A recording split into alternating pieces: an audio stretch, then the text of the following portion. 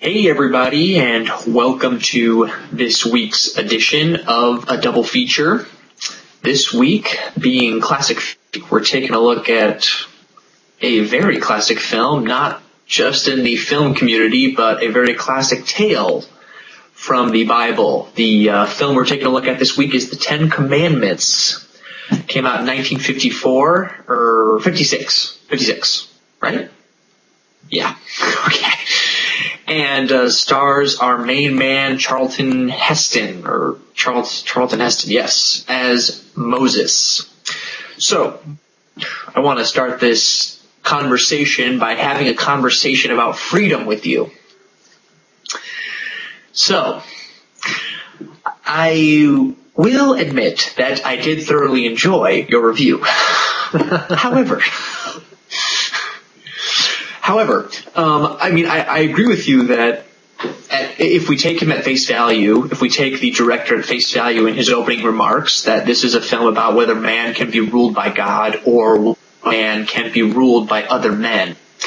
That's a theme that is definitely prevalent throughout the film and certainly has ties to the history at the time, in the 50s when we were having communism. But I guess my question is that a bad thing? Because in my mind, in the beginning, he's saying, you know what? I'm not telling a tale. I am trying to be worthy to tell this historical account that, if not learned from, will be repeated.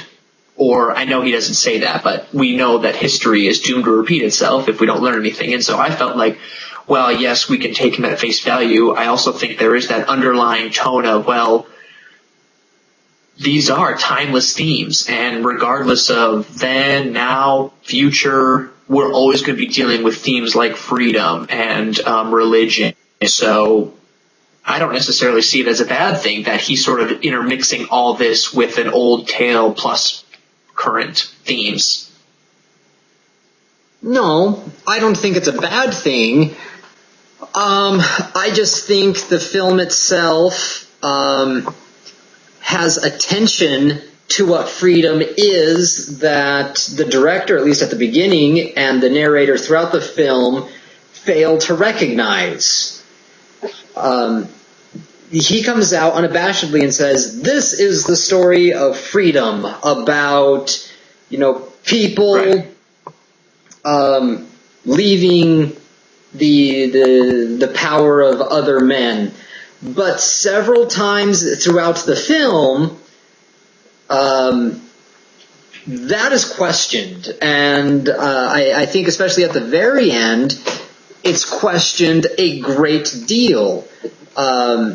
Pharaoh comes out and says, you don't want to set these people free. You don't want to set the Egyptians free. You just want to make everybody a slave to their God. This same idea is then repeated by Nathan once they leave Egypt of, hey, where's the freedom here? All we're doing is following you, Moses. You're the new king. And that idea just keeps getting repeated and repeated and repeated, and then there is then the freedom. What do the children of Israel do as soon as they're free? Well, they start doing whatever they want. That's true. They forget God immediately, and Moses gets all sorts of frustrated by it and confused by it. And he doesn't understand. He's like, I gave you people freedom. Why aren't you following God? And I think that's the answer of the film. Once people are free, you cannot guarantee that they will follow anything. And no, that's true. They become a prisoner to their own vices. They become a prisoner to desire. They become a prisoner to profits. We enslave ourselves to so many different types of things that I now question Mr. DeMille when he comes out and says, this is a film unabashedly about freedom. And I say, is it really? You say it is. Does the film support that as freedom as a genuinely good thing? And that's where my hesitation is. Okay, and that's a fair hesitation. It is interesting to see the shift, though, throughout, as in the beginning, as you stated quite nicely, that they are very reliant on God, and in fact, calling out His name, praying to Him, and asking for the deliverer to come and deliver them, and yet, once that freedom is granted to them, they immediately then forget that freedom came at a cost.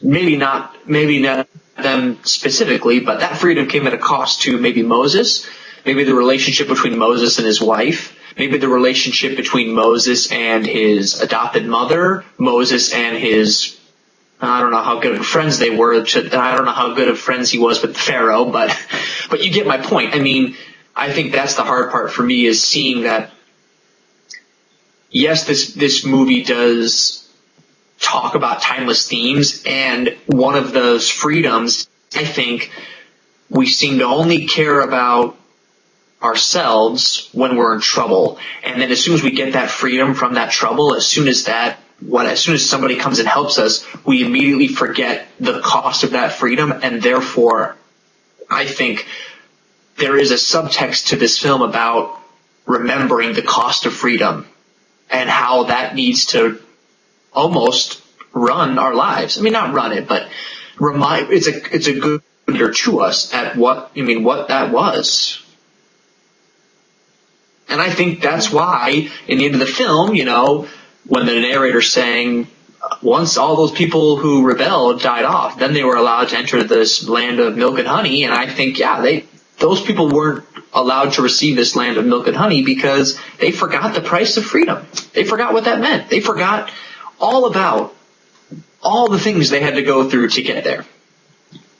And as we know from biblical history, the children of Israel never forgot again. Right, yes. Yes, right, sure. So I guess maybe we're both right. It's a commentary on freedom, but has a variety of undertones to that theme. Yeah.